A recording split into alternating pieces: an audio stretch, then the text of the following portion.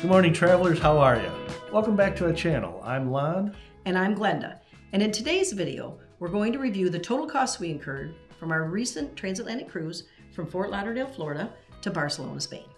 Yes, and in addition to that, we're going to do an actual cost comparison between purchasing a Princess Plus package or going with no package at all, just doing a pay-as-you-go. Right. And we'll see if we made the right decision for not purchasing a package. All right, yeah. So let's get to it.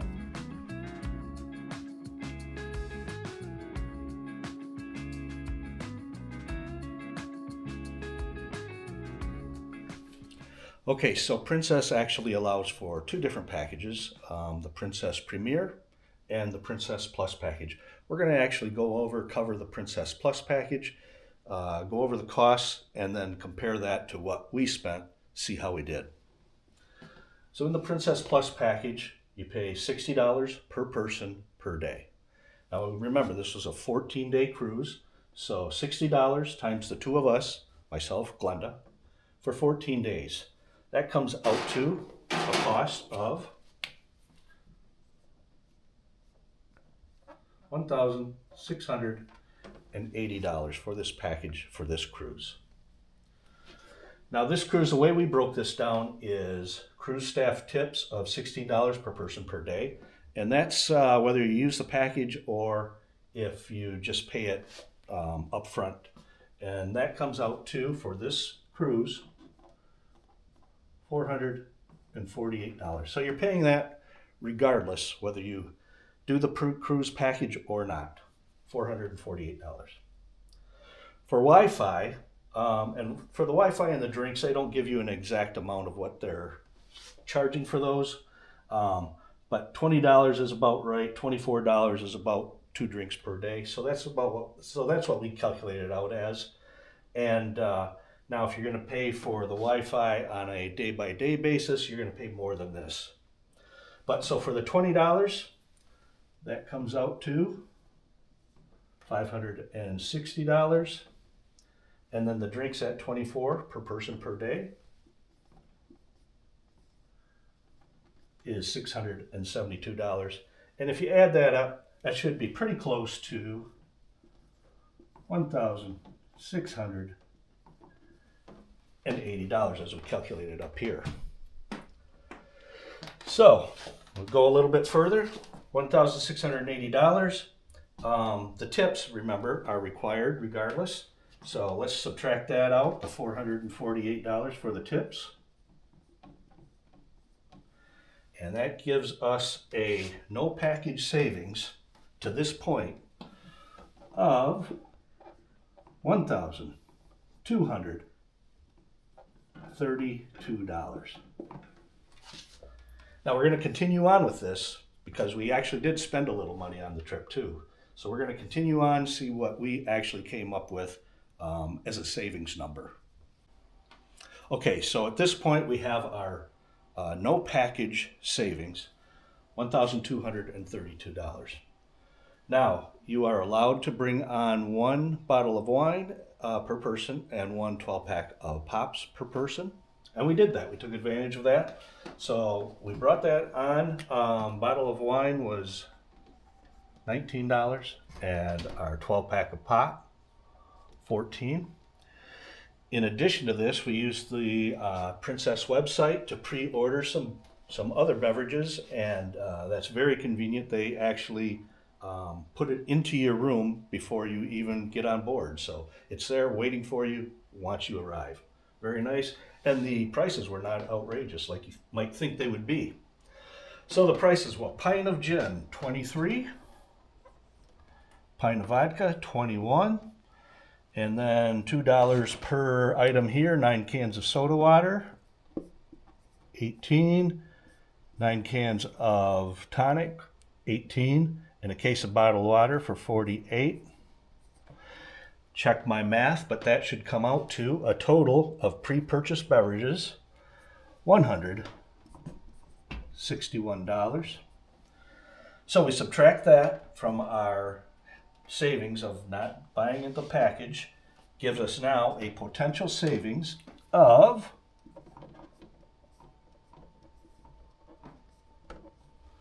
$1,071. So that's where we stand now. We're going to continue on one more board, show where we ended up on our savings by not going with a drink package. Okay, so we have gotten to the point of $1,071 for savings by not getting a package. We did buy some things though while we were on board. We did have some charges. It was a 14-day cruise, so there were 3 ports of call, and when you're in port, you can get free Wi-Fi. So we took advantage of that. We did have, with all the days at sea, we did buy Wi-Fi for 2 days. So that is $30 per day, $60 for that. And we did buy a total of 28 different beverages. That includes some alcoholic beverages, specialty coffees, pops, things like that. That total came up to $353.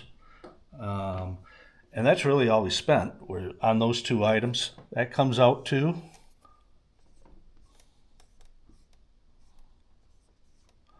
$413 that we spent on board. Now, doing the math, that would give us a total savings of $658. But, we have this big but, we also had onboard credit. With the onboard credit, we owned some Carnival stock.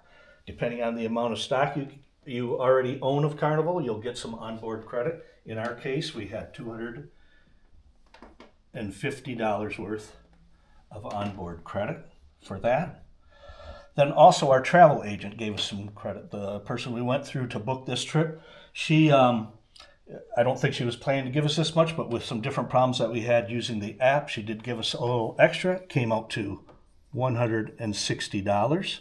You may or may not see the same type of onboard credit. You may see higher, may see lower yourself. But that is a total of $410.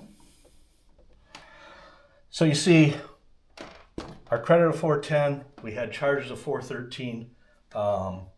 Basically, that means we add this back into this. We take out the $413. That's only a $3 difference then from that. So our actual savings for not going with the package was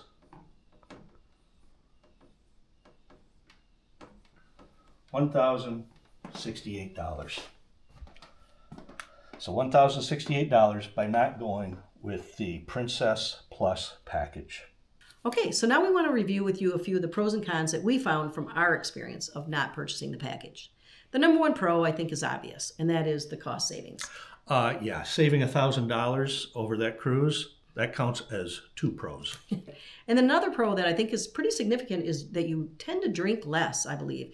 You know, less alcohol, probably less specialty coffees, and that all is helpful in terms of your diet and keeping up with calorie savings, so you can eat more of the good food. That's right, absolutely.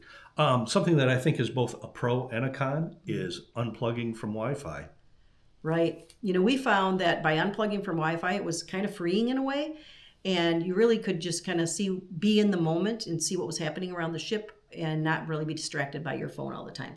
And we were able to contact family by buying Wi-Fi a couple of days. Now, obviously, if you're working on board, you need the Wi-Fi, then you just buy the package. But for us, we didn't need it, and so this was the way to go. Right.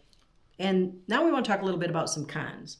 I think for me, the most significant con was inconvenience. And it was really inconvenient. If we were by the pool or we were at a venue or a show and we wanted to have a drink, we either needed to purchase the drink or we had to remember to bring a drink from our room. And it just got to be a little bit inconvenient and clunky, I would say, here and there. Yeah, that's true. Another con is also along the lines of inconvenience. So we brought along the bottle of wine. We brought along 2 12-packs of pop. Hauled that with us along with our luggage. Just kind of added to the stress level that we didn't need to do. Right. And another thing we found is that it could get expensive. You really need to pay attention to your folio because if you buy a lot of drinks, I mean, it can add up. You saw that we did buy quite a few on this cruise and still had a significant savings. So it's just important that you're paying attention and go with what you're comfortable with. Yeah. So one more thing to keep in mind. So this was a 14-day cruise. You're multiplying all of this by $60 per day.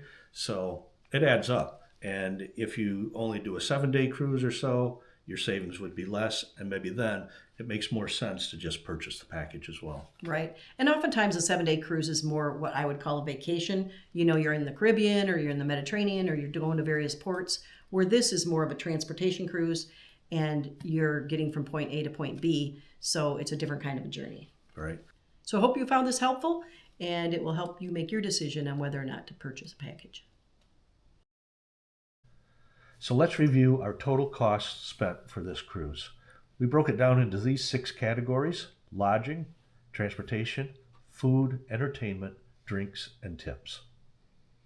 Yeah, so within these categories, we decided to take the base cost of the cruise and allocate it among the top 4 categories, which are the main expenses. And we based these percentages on other travel costs we've incurred in previous trips.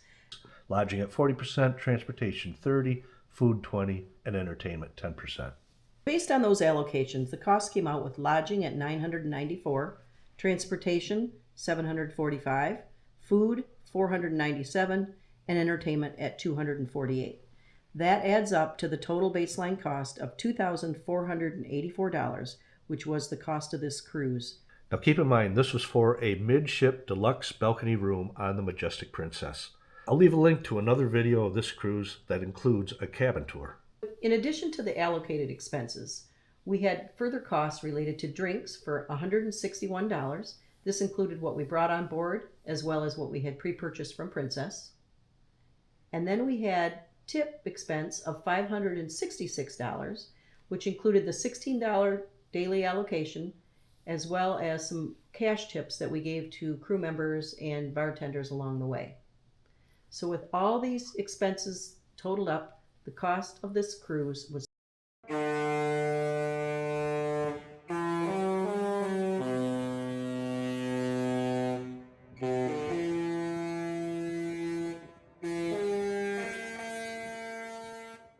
$3,211.